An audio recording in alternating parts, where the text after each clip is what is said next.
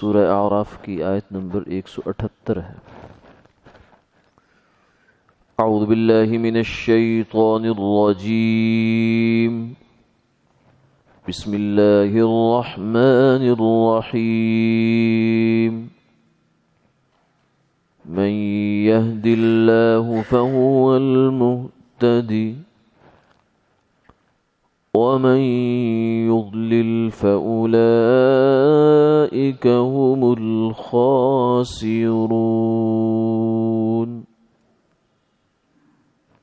صدق اللہ العظیم۔ جس کو اللہ راستہ دے وہی راستہ پاوے، اور جس کو وہ گمراہ کرے سو وہی ہیں خسارے میں۔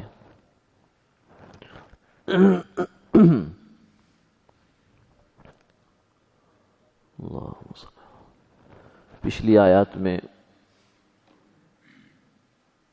گزشتہ قوموں میں سے ایک عالم کا اور نیک آدمی کا تذکرہ ہوا تھا کہ وہ شروع میں کہاں تک پہنچا،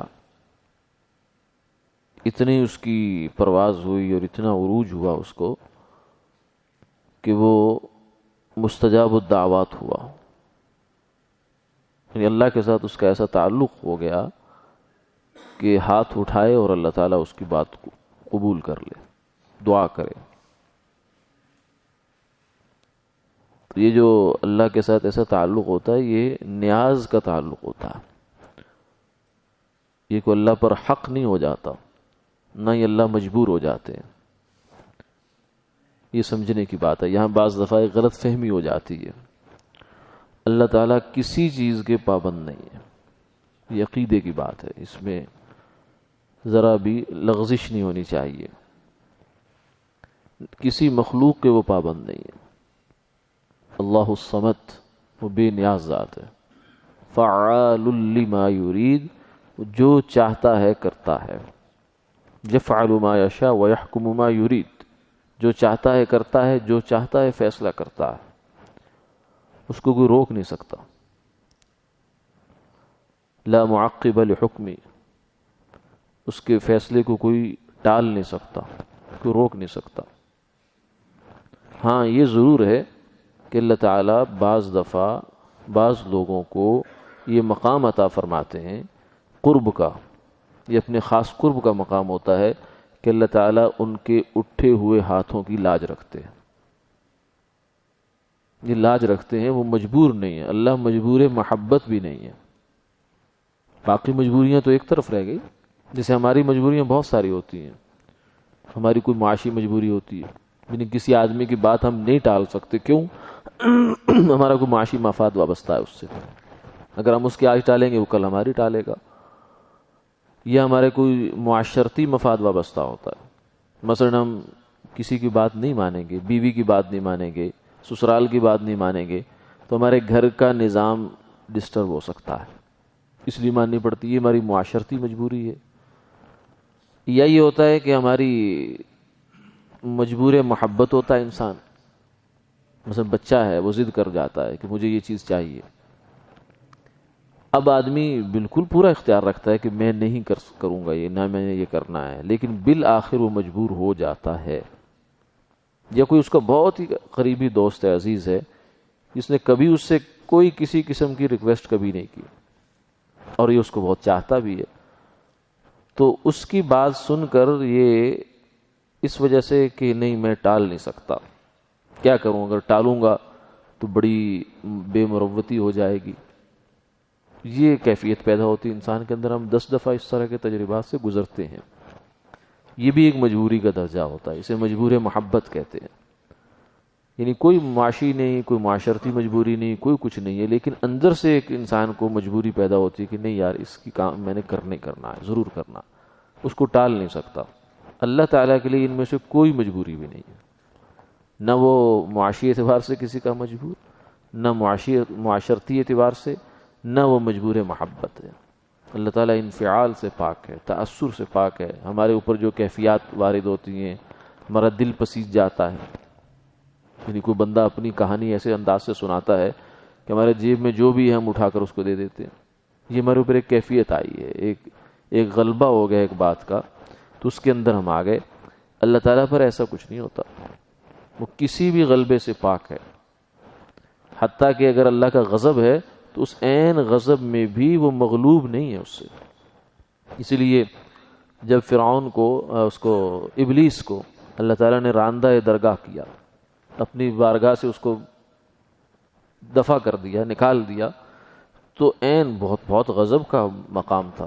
اخرج منها فإنك رجيم وإن عليك لعنتي إلى يوم الدين. دفع ہو جا، نکل جا، تو مردود ہے اور تجھ پر قیامت تک میری لعنت برستی رہے گی.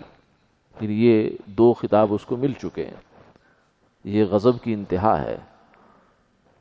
لیکن اس موقع پر اس نے کہا کہ رب انظرنی الی یوم یبعثون. دعا مانگی اس نے کہ اللہ مجھے مہلت دے دے قیامت تک کے لیے، تاکہ جو مجھے سزا ملی ہے میں اس سزا کو پھر دوسروں میں بھی دوسروں کو بھی اپنے ساتھ شریک کروں. تو عین اس وقت میں اس نے دعا مانگی ہے. حالانکہ ایسے موقع پر کوئی دعا کا تک نہیں بنتا. ویسے کامن سینس کی ہم بات کریں، جب ایک آدمی آپ کو نکال رہا ہے دربار سے، اپنی جگہ سے، کہ دفع ہو جاؤ، نکل جاؤ، چلے جاؤ، تو اس موقع پر اس سے کوئی ریکویسٹ کرنا کہ اتنی سی میری بات مان لو، اس کو بھی پتا تھا. اس لیے کہتے ہیں شیطان کے پاس معرفت تھی، اسے پتا تھا کہ اللہ تعالیٰ غصے سے مغلوب نہیں ہے. یعنی یہ غصہ ان کے اوپر حاوی اس طریقے سے نہیں ہے کہ وہ اس غصے میں آ کر کوئی اچھا فیصلہ یا اچھی بات کر ہی نہ سکے. ایسا نہیں ہے، انسان کے ساتھ ہو جاتا ہے.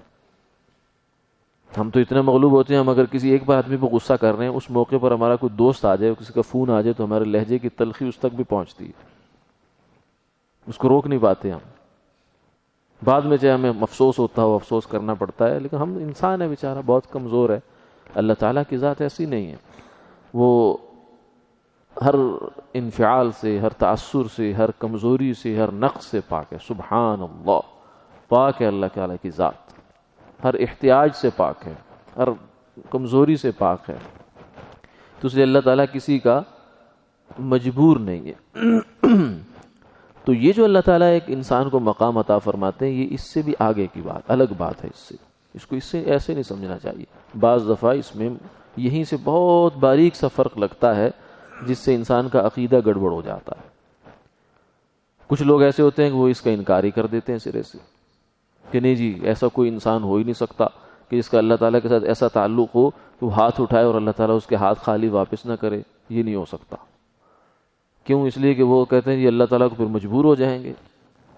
اور کچھ لوگ ایسے ہوتے ہیں بیچارے، وہ ایسے واقعات کو دیکھ کر اپنا عقیدہ بگاڑ لیتے ہیں، کہتے ہیں کہ اللہ مجبور ہو گئے. جبکہ صحیح جو اعتدال کی بات اور عقیدے کی بات ہے وہ یہ ہے کہ اللہ تعالیٰ کسی طرح مجبور نہیں ہے، لیکن اللہ تعالیٰ نے اپنا ایک دستور اور طریقہ طے کیا ہوا ہے کہ جو بندہ میرا اس طرح کا ہوگا اور وہ میرے سے ہاتھ اٹھائے گا تو میں اس کی دعا قبول کروں گا. ان من عباد اللہ، فرمایا آپ صلی اللہ علیہ وسلم نے کہ بہت سے لوگ ایسے ہیں، میلے کچیلے کپڑے ہیں، معاشرے میں کوئی ان کا سٹیٹس نہیں ہے، کہیں جائیں تو کوئی ہٹو بچوں کا شور نہیں ہے، آئیے آئیے، کوئی آؤ بھگت نہیں ہے ان کے لیے کسی مجلس میں، کسی نشست میں. اور کہیں رشتہ بھیج دیں تو کوئی رسپانس نہیں آئے گا اچھا. کسی کی سفارش کر دیں کوئی مانے گا ہی نہیں. ایسے گمنام، کوئی جانتا بھی نہیں ہے ان کو. لیکن اللہ سے ان کا تعلق ایسا ہے، ان من عباد اللہ من لو اقسم علی اللہ لابرہ. اللہ کے ساتھ ان کا وہ مان کا تعلق ہے، وہ محبت کا تعلق ہے کہ اللہ تعالیٰ اگر وہ اللہ پر قسم کھا لیں تو اللہ تعالیٰ ان کی بات پوری کر دیتے. یہ تعلق ہے. لیکن اللہ ہے اللہ، یا یہ نہیں سمجھنا کہ اللہ تعالیٰ مجبور ہو گئے.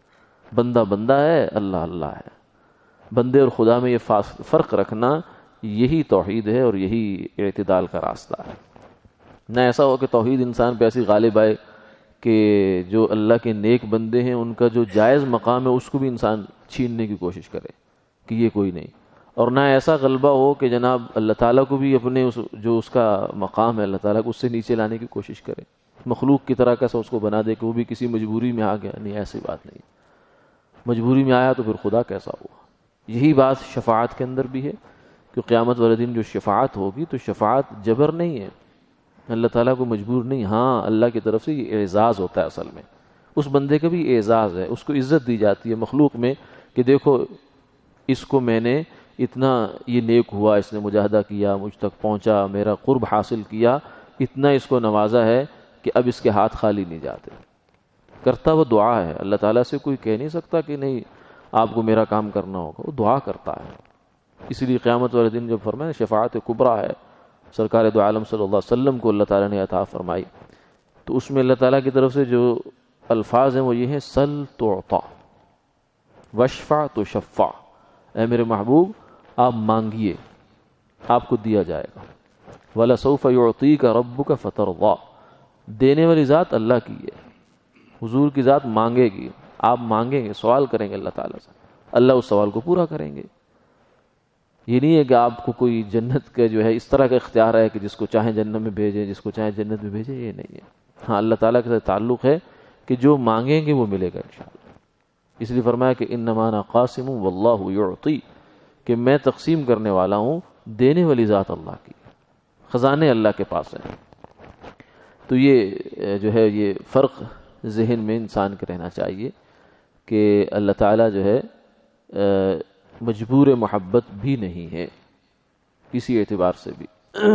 تو اللہ تعالیٰ کے ساتھ اس انسان کا جس کا پیچھے قصہ بیان ہوا اس قسم کا تعلق ہو گیا تھا، مستجاب الدعوات بن گیا، لیکن پھر شامت اعمال، انسان کی کوئی غلطی ہوتی ہے جو اس کو پٹخ کر نیچے مارتی ہے۔ ابلیس کتنا اونچا گیا، معلم الملکوت اس کا لقب ہوا، فرشتوں کا استاذ بنا، اور پتہ نہیں کتنے لاکھ سال عبادت کی اس نے، زمین کے چپا چپا کہتے ہیں اس کا سجدے سے بھرا ہوا ہے، لیکن پھر ہوا کیا، ایک غلطی بن گئی اس کے۔ غلطی اصل میں کیا تھی کہ اس کے نفس کی شرارت تھی، کہتا انا خیر، میں اچھا ہوں۔ ایک ہمارے استاد سے وہ اس کا ترجمہ کرتے تھے انا خیر، جو جب اس میں ابلیس نے کہا نا کہ میں آدم علیہ السلام سے بہتر ہوں، وہ کہتے تھے انا خیر، میں سینئر ہوں۔ یہ سینیارٹی کا زعم ہوتا ہے، یہ بھی انسان کو مار جاتا ہے، خیر کی بات قبول کرنے سے رکاوٹ بن جاتا ہے۔ اس لیے فرمایا تعلموا قبل ان تسودوا، بڑے ہونے سے پہلے پہلے علم سیکھ لو، بڑے ہونے سے پہلے پہلے اپنی تربیت کروا لو، ورنہ بڑائی کا جو رکاوٹ بن جاتی ہے بعض دفعہ انسان کے۔ کوئی چھوٹا اگر اس کو بات بتائے بھی تو نفس اور شیطان کہتا ہے کہ یہ تو اتنا بڑا ہے، تو اتنا سمجھا ہوا ہے، پڑھا لکھا ہے، تو نے دنیا دیکھ رکھی ہے، ایک کلدہ بچہ تینوں کی کہی جا رہا ہے، اس کی بات نہ مان۔ یہ رکاوٹ بن جاتی ہے۔ بچپن میں انسان سب کچھ سب کی مانتا بھی ہے، سنتا بھی ہے، عمر بھی تھوڑی ہوتی ہے، تجربہ تھوڑا ہوتا ہے، اسے یہ خیال ہوتا ہے کہ مجھے کچھ نہیں پتا، مجھے سیکھنا ہے، مجھے تربیت لینی ہے، مجھے اصلاح لینی ہے۔ لیکن بڑے ہو کے پھر یہ آہستہ آہستہ شیطان کو موقع مل جاتا ہے۔ اس لیے فرمایا کہ بڑے ہونے سے پہلے پہلے، سردار بننے سے پہلے پہلے علم سیکھ لو، تربیت حاصل کر لو، اپنی تربیت کروا لو۔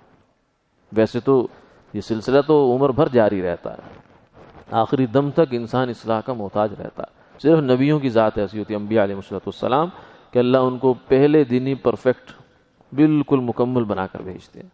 وہ کسی کی اصلاح کی تربیت کے محتاج نہیں ہوتے، کیونکہ ان کا عمل جو ہے وہ معیار ہوتا ہے، ان کے عمل کو اللہ تعالیٰ نمونہ بنا دیتے ہیں۔ ورنہ عام انسان جو ہے وہ تو ساری زندگی ترقی جاری رہتی ہے، سیکھنے سکھانے کا، تربیت کا عمل جو ہے وہ جاری رہتا ہے۔ اس لیے فرمایا کسی موقع پر بھی آدمی کو اس بات سے غافل نہیں ہونا چاہیے، کسی گھمنڈ میں نہیں آنا چاہیے، یہ چیز انسان کو مار جاتی ہے۔ تو اس کو انہوں نے مجبور کیا کہ تو موسیٰ علیہ السلام کے خلاف بد دعا کر۔ اول تو بیچارہ ہچکچایا، لیکن بالآخر مان گیا، مانا تو پھر اس کی ساری کہانی الٹی ہو گئی اس کے خلاف،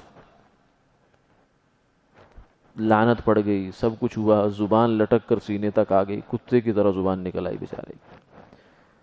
تو اس پس منظر میں آگے آج کی آیت ہے من یہد اللہ فہو المہتد، کہ اگر کسی انسان کو ہدایت مل جائے، دین کی فہم مل جائے، دین کی سمجھ مل جائے، نعمت مل جائے، تو اسے اپنا کمال نہ سمجھے کہ میں نے محنت کی، میں نے بڑا علم حاصل کیا، میں بڑا راتوں کو جاگتا رہا، میں نے بڑی بچپن میں اتنی محنت کی تھی، جب میں اس مقام پر پہنچا ہوں۔ نہیں، اللہ کا فضل، ھذا من فضل ربی لیبلونی ااشکر ام اکفر، یہ اللہ کا فضل ہے کہ وہ مجھے آزما رہا ہے کہ میں کیا کرتا ہوں، نہ شکری کرتا ہوں یا شکر کرتا ہوں۔ شکر کیا ہے؟ اپنی ہر نعمت کو اللہ کے نام لگا دینا کہ اللہ تیری دی ہوئی، تیری توفیق سے میں نے یہ کام کیا ہے، اعضاء تو نے دیے، دماغ تو نے دیا، دل تو نے دیا، جتنی بھی چیزیں میرے پاس ہے سب تو تیری دی ہوئی ہیں، تو عمل میرا کیسے ہو گیا، میری اونرشپ میں کیسے اس پہ آ گئی، میری پراپرٹی کیسے بن گیا، میری ڈگریاں، میرے علم، فلاں فلاں فلاں۔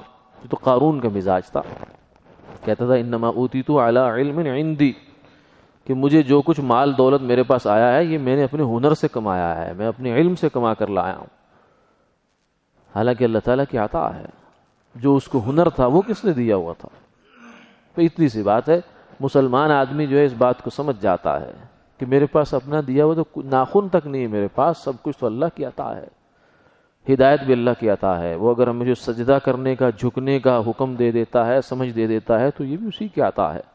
نماز پڑھوا لیتا ہے تو اسی کی عطا ہے، بس ہر چیز کو اللہ کی طرف منسوب کر دے۔ بس من یہد اللہ فہو المہتد، کہ اللہ کی ہدایت آئی تو میں ہدایت یافتہ بنا، ورنہ میری کوئی کمال نہیں تھا۔ اس لیے فرمایا نا کہ اگر ہم کروڑوں سال سجدے میں پڑے رہیں، کروڑوں سال، اور مراقبے میں پڑے رہیں، کوششیں کرتے رہیں، سر توڑ محنتیں، کوششیں، علم، فلاں فلاں فلاں، فلسفے اور سائنسی تحقیقات فلاں فلاں، لیکن اپنی کامیابی کا وہ راستہ تلاش نہیں کر سکتے جو اللہ نے انبیاء علیہ السلام کی صورت میں ہمیں عطا فرمایا ہے۔ جنت تک پہنچنا بالکل قریب کی مثال ہے، 200-250 سال ہونے والے ہیں، مغرب جو یورپ وغیرہ ہے وہ انسان کی فلاح کے راستے تلاش کر رہا ہے، کس سے؟ وحی سے ہٹ کر، انبیاء علیہ السلام سے ہٹ کر تلاش کر رہا ہے، لیکن ہر روز کوئی نئی مصیبت کھڑی کرتا ہے، ہدایت اس کے پاس نہیں ہے، انسان کے لیے کوئی نیا مسئلہ ہی کھڑا کر رہا ہے وہ، اور یعنی وہاں ہے، فحاشی وہاں ہے، ماں باپ کی تمیز ختم ہو رہی ہے، سب چیزیں ختم ہو رہی، برائیوں کے جڑ بن رہے ہیں، آماجگاہیں بن رہی ہیں، اس لیے کہ اللہ کا راستہ چھوڑا ہوا ہے۔ تو انسان کبھی بھی نہیں پہنچ سکتا۔ اگر انسان پہنچ سکتا ہوتا تو انبیاء علیہ السلام کو بھیجنے کی کوئی ضرورت نہیں تھی، انبیاء بھیجے ہیں، اور صرف کتاب بھی کافی نہیں ہے، ورنہ اللہ قرآن پاک کو کعبے پر اتارتے اور کہتے کہ اس کو پڑھو، اس پر عمل کرو۔ بیچ میں انسان ضروری ہے، انبیاء علیہ السلام ضروری ہیں، پھر انبیاء علیہ السلام کے بعد ان کے وارثین العلماء ورثۃ الانبیاء، جو اہل حق علماء ہیں، باعمل علماء ہیں، وہ ضروری ہیں۔ ان کے بغیر دین سمجھنے کی انسان کوشش کرے گا تو پھر گمراہی ہے اور کچھ نہیں ہے۔ من یہد اللہ فہو المہتد ومن یضلل فاولئک هم الخاسرون، فرمایا کہ جس کو اللہ تعالیٰ گمراہ کرے وہ تو پھر خسارہ ہی خسارہ ہے۔ اللہ کی گمراہ کرنے کا مطلب یہ نہیں ہے کہ اس کا ہاتھ پکڑ کر اس سے گمراہی کروائی جاتی ہے، یا اس کو گن پوائنٹ پہ کہا جاتا ہے کہ نہیں تو کافر ہو جا، ایسا تو ہو ہی نہیں سکتا۔ انسان کے دل پر کسی کا کوئی اختیار نہیں ہے، زبان پر تو ہو سکتا ہے کسی کو آپ مجبور کر کے کہ پڑھ کلمہ، لیکن اگر وہ اندر سے مسلمان نہیں تو کیسے مسلمان ہو سکتا؟ منافق ہو جائے گا۔ اندر سے مسلمان ہے، زبان سے اگر اس نے مجبوری میں جان جانے کی صورت میں کلمہ پڑھ بھی لیا، وہ ایک کفر کا کلمہ بول دیا، تو کافر تو نہیں ہوگا، مسلمان ہی رہے گا۔ الا من اکرہ وقلبہ مطمئن بالایمان، مجبور ہے اور اس نے کلمہ کفر بول دیا، دل کے اندر ایمان موجود ہے، تو وہ اللہ تعالیٰ کے ہاں وہ مومن ہے، وہ جنتی ہے، کیونکہ مجبور ہے۔ تو اللہ تعالیٰ نے کسی انسان کو کہیں بھی مجبور نہیں کیا جہنم میں جانے پر، اختیار دیا ہوا اس کو۔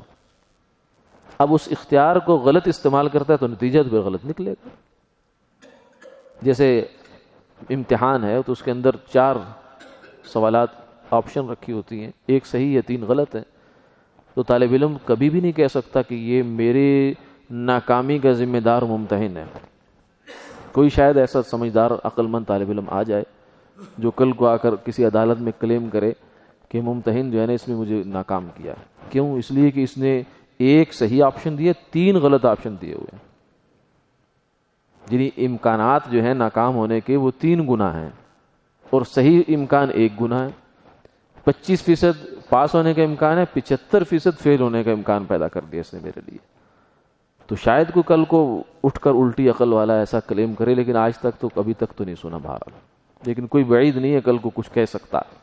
جیسے ابھی حال ہی میں سنا انڈیا میں ایک نوجوان نے اپنے ماں باپ پر کیس کیا ہے، باقاعدہ کیس فائل ہوا ہے، میڈیا میں آیا، کس بات کا؟ کہ یہ مجھے دنیا میں لانے کا انہوں نے جرم کیا ہے، ان سے پوچھیں مجھے کیوں لائے ہیں، میری اپروول کے بغیر۔ ایسی عقل مندیاں ہو رہی ہیں آج کل دنیا میں. جو تعلیم ہمیں اسکولوں میں، یونیورسٹیوں میں، کالجوں میں دی جا رہی ہے اور تربیت ساتھ نہیں ہے، نیک صحبت میسر نہیں ہے، وہ ایسے گل کھلاتی رہتی ہے. تو آج تک تو خیر نہیں ہے کہ کوئی بندہ یہ کہے کہ میری ناکامی کا ذمہ دار ممتحن تھا جس نے یہ پرچہ بنایا. کوئی بھی آدمی اس کو یہ کہ نہیں بیٹا تیرے ہاتھ سے کبھی کسی نے پکڑ کر، یا جب تک تو 6 مہینے سال تیاری کرتا رہے تو کس نے تجھے کہا غلط چیزیں یاد کر، یہ محنت نہ کر، اور پھر آخری وقت میں بھی تیرا ہاتھ پکڑ کر تو کسی نے ایسے نہیں کروایا تجھ سے. تو نے سوچا، تو نے دیکھا، غور کیا، فکر کیا، پھر جیسے کیسا بھی تھا تو نے ایک چیز کو ایسے کر دیا. تو نتیجہ تو تیری تو خود پیدا کیا اپنے لیے. تو ایسے اللہ تعالیٰ نے اگرچہ گمراہی کے اسباب پیدا کیے، لیکن یہ آزمائش ہے، امتحان ہے. شیطان اسی کا پیدا کرتا، کوئی الگ سے کوئی خدا نہیں جس نے شیطان کو بنایا ہو، لیکن یہ سب ہمارے لیے آزمائش اور امتحان ہے. اور امتحان کیوں ہے؟ امتحان اس لیے تاکہ اچھے لوگ آگے نکل جائیں اور جو نکمے اور نااہل ہیں وہ پیچھے رہ جائیں. سارے طالب علم کو اگر یونیورسٹی پاس کر دے تو ملک کا بیڑا تو غرق ہو جائے گا 2-4 سال میں. ایسے انجینئر آئیں گے جو بڑے عجیب و غریب پروجیکٹ بنایا کریں گے، اور ایسے ڈاکٹر آئیں گے جو جانوں کے ساتھ کھیلا کریں گے لوگوں کی. نااہل لوگ آ گئے تھے. تو امتحان اہلیت کے لیے اور درجات کی تمیز کے لیے ہوتا ہے. تو امتحان تو ہے، شیطان اللہ کا پیدا کردہ ہے، لیکن اس کے باوجود اللہ نے کسی کو مجبور نہیں کیا. اب جو اپنے اختیار سے گمراہی اختیار کرے گا تو پھر نتیجہ تو ظاہر ہے. فَأُولَٰئِكَ هُمُ الْخَاسِرُونَ، فرمایا کہ ان سے بڑا خسارہ کوئی نہیں. اصل میں خسارہ یہ ہے جو ہمیں خسارے ہوتے ہیں کاروبار میں، دنیا کے معاشی نظاموں میں، حالات میں چھوٹے موٹے خسارے ہوتے ہیں، یہ خسارے تھوڑی ہیں. مسلمان کا خسارہ تو ہے ہی نہیں، اس کے دنیا کا نقصان آخرت کے نفع سے بھرا ہوا ہے. اصل خسارہ تو بیچارہ اس کا ہے کہ جو دنیا میں خسر الدنیا والآخرہ ذالک هو الخسران المبین، دنیا میں بھی ٹوٹا اٹھایا، خسارہ لیا، اور آخرت بھی اس کی بیچارے کی ناکامیوں سے بھری ہوئی ہے. اللہ تعالی ہمیں ہدایت نصیب فرمائے، اس پر استقامت نصیب فرمائے. آمین آمین یا رب.